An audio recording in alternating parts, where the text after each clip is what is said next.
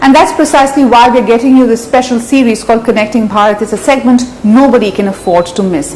Moving on, you wouldn't have missed this campaign about Lavasa, the new city that is being built from scratch in the Western Ghats. Well, there's a lot of hype around it. So my colleague Baljit Chadda caught up with the marketing head of Lavasa to find out how the scaling up was happening.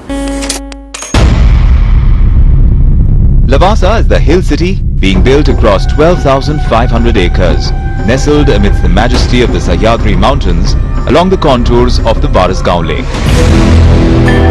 Some distance from Mumbai and Pune, this new city is unique in its scale and in its guiding philosophy. It is the first and the largest hill city conceptualized in post-independence India. The recently released McKinsey report on urbanization concludes that India would need close to 25 satellite cities to accommodate the migrant population from rural to urban.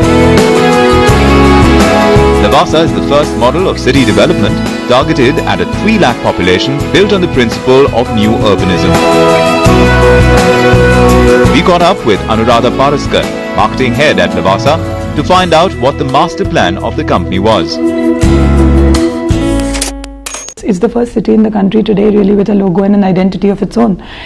So we created the look and feel system, we created the value system, we created the entire ideology on how we were going to run this brand, and all this came before we even started talking about it. So we followed a very different model where we said, here we create the master plan, we create the brand plan, and then we get into product development and then the marketing. Okay, and can you briefly take us through the marketing plans, the marketing strategies which is actually helping the dream come true? Yeah, actually the first thing that we did about our marketing strategy is that, typically people loosely used to relate us to being another real estate project.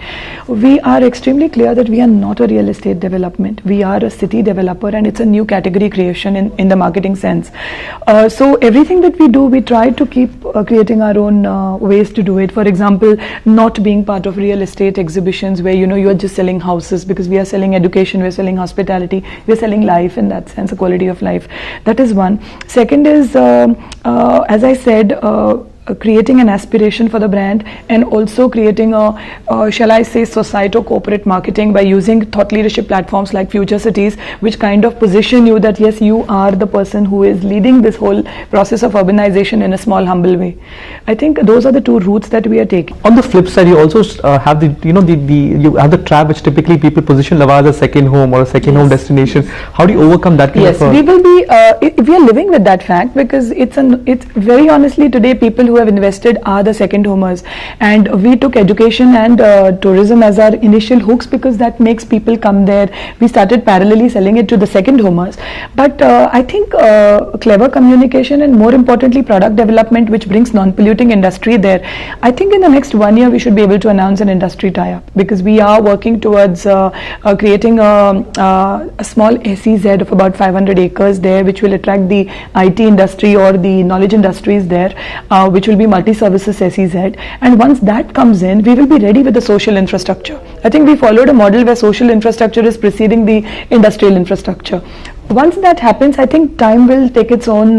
In terms of communication, we never position it as a second home, if you see any of the communication we've done, and when the product is ready, I think people will understand. So it does not really worry me today. With so many reports doing rounds in terms of the urban congestion, and a city like Lavasa, which is like a city developed in its own self, and then people do talk about the need for more cities like these to be created. Can you just take us through the entire? Sure. So there are reports like the McKinsey report which recently came, which talks about 25 to 30 new cities between 5 and 10 lakh population. There is Mr. C.K. Prahlad who did a study who says 500 new cities are required in the next 30 to 40 years in India between a population of 3 to 5 lakhs. So Lavasa took up this thought leadership platform. We recently have been doing a series of communication on Lavasa Future Cities, where we are saying that Lavasa is the first model of city development, and you need more cities like Lavasa. We ourselves are going to be doing one more city in Gujarat, which is going to be similar in a little different setting. So there are 2 of them already happening right from our stable, and I think there is a huge scope for public-private partnership to come, regulatory frameworks to change, and as a brand we are taking the position that we want to trigger conversations on this front in the country, which will create a positive I would say movement towards handling urbanization better. Okay, in terms of your business streams, in terms of the revenue models. Yes. Can you just briefly take us through any of? Yeah, basically it's a very new model. Very honestly, it's a absolutely new model where it's a city model where different monetizing, different revenue streams are there. Part of it is real estate, where we sell our land and we sell the apartments and the entire residential and commercial infrastructure.